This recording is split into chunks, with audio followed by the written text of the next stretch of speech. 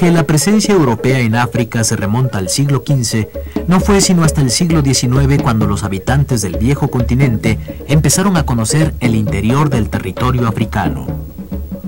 Hasta entonces, los europeos se habían limitado a permanecer en las costas de África, desde donde establecieron una de las rutas más importantes para el comercio de esclavos africanos, cuyo destino final era América. El exterminio de los indígenas del Caribe y la escasez de mano de obra para las plantaciones y minas americanas hicieron de esta inhumana forma de comercio una actividad lucrativa para los europeos.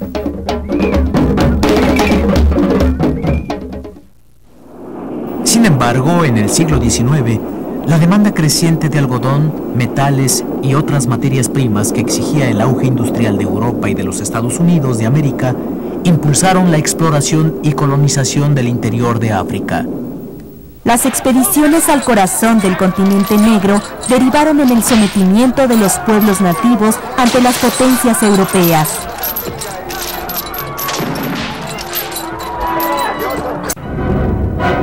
La aventura europea en África alcanzó un punto culminante en 1884 y 1885 durante el Congreso de Berlín. En aquel congreso se estableció que cualquier potencia europea tendría derecho a dominar el interior del continente con solo haber logrado apoderarse de la costa. De esta forma, los europeos decidieron repartirse África como si fuera un pastel. Un resultado de los acuerdos tomados en el Congreso fue la llamada rebatinga por África, una especie de contienda donde las potencias europeas se apresuraron a acaparar tanto territorio africano como les fuera posible. Al final de tan injusto certamen, prácticamente ninguna nación africana quedó libre. Aún en nuestros días, el continente negro sufre los efectos del Congreso de Berlín. Una de estas consecuencias es la propia división política de África, pues las fronteras de las naciones africanas no tienen ninguna relación con los pueblos y culturas que les habitan. Además, África continúa siendo víctima de guerras entre diferentes etnias, guerras instigadas tanto por antiguas rencillas como por la influencia de los propios europeos y americanos.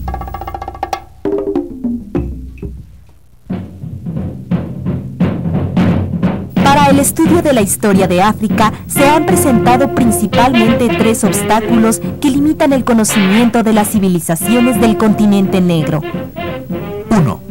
La pérdida irreparable de muchos rastros de las civilizaciones, debido a la destrucción ocasionada por la naturaleza, por las guerras y por los saqueos. 2. El desinterés por parte de los historiadores debido a la idea errónea de que no hubo civilizaciones en África. 3. El desconocimiento del significado de los textos e inscripciones de las civilizaciones africanas.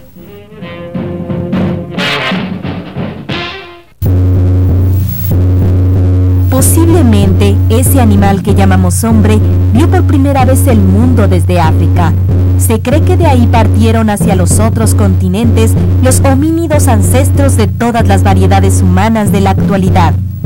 Además de ser la probable cuna de la humanidad, África albergó numerosas civilizaciones, incluso mucho antes de que las manos europeas la hubieran alcanzado, pretendiendo que podían dominarla. Egipto, el antiguo y admirado Egipto, es una de tantas civilizaciones africanas. Llamado por sus habitantes Kemet, que quiere decir tierra de negros, al antiguo Egipto se le reconoce como una de las civilizaciones a partir de las cuales surgió la civilización europea.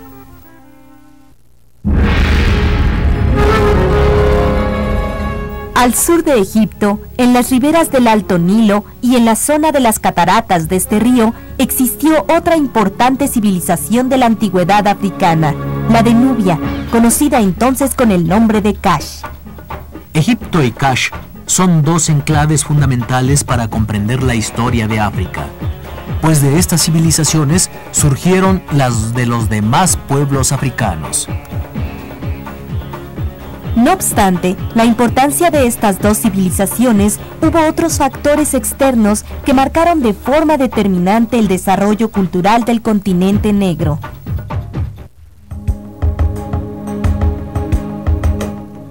Entre estos factores destaca la llegada del Islam, religión maometana cuyo arribo a África se registró en el siglo VII.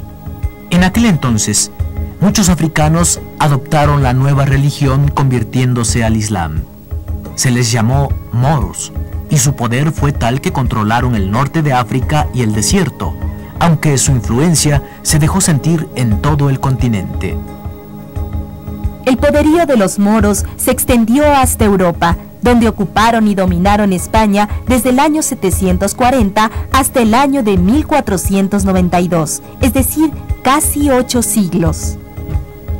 Como resultado de su prolongada estancia, los moros hicieron de España un centro de cultura y arte del Islam. Llamaban al país ibérico el andaluz, término de donde proviene la palabra Andalucía.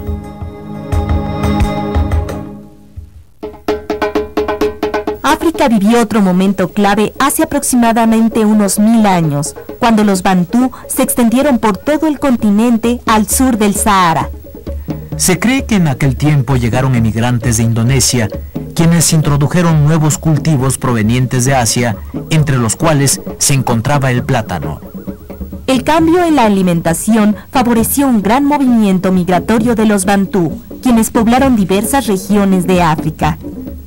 Ocuparon principalmente los territorios de lo que hoy conocemos como Zimbabue, Mozambique, parte de Sudáfrica, Angola, Namibia y Botsuana. De la lengua de los bantú surgieron diferentes lenguas africanas, entre ellas el suajili, mezcla del bantú y del árabe, que habla la mayoría de la población de África.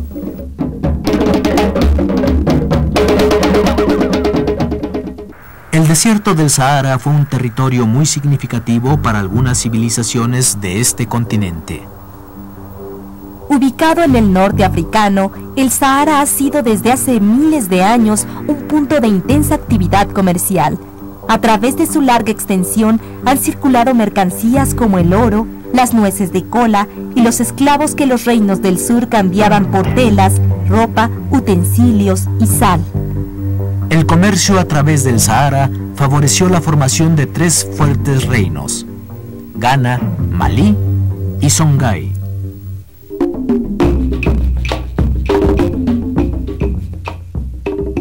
Ghana, el más antiguo de estos reinos, dominó por muchos años las rutas comerciales que se extendían por el oriente, desde lo que ahora es Marruecos hasta Chad, Nubia y Egipto.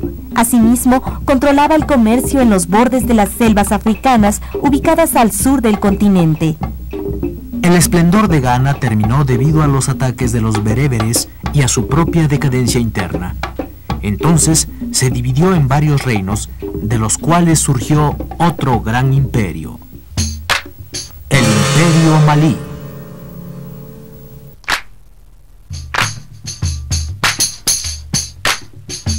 Ubicado en la parte alta de los ríos Níger y Senegal, Malí fue el más extenso de los reinos del oeste de África.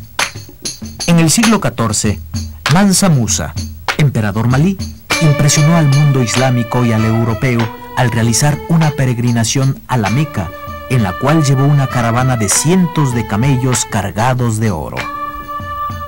Mansa Musa estableció relaciones diplomáticas con Túnez y Egipto. Durante su reinado, la ciudad de Timbuktu vivió una etapa de esplendor. Uno de los principales logros de este emperador fue conseguir la unidad cultural del pueblo Mande.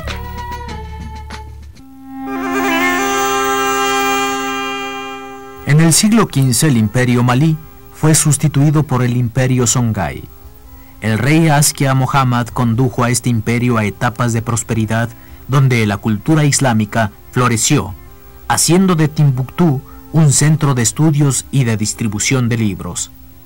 Hacia 1530, Songhai comenzó un proceso de decadencia. Sin embargo, su fuerza prevaleció hasta finales del siglo XVI.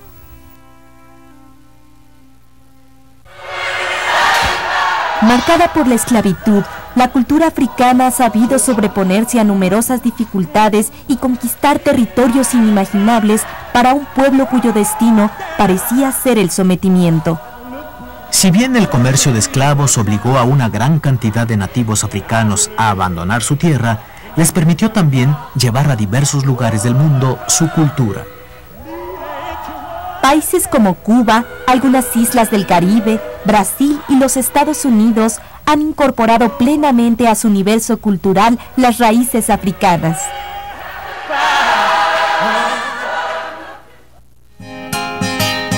También nuestro país tiene un gran número de habitantes de origen africano. En los estados de Veracruz, Oaxaca y Guerrero existen muchos pueblos en los cuales la mayoría de la población tiene ancestros de ese origen. Esto puede comprobarse si se observan las costumbres, el folclore y las creencias de esas regiones.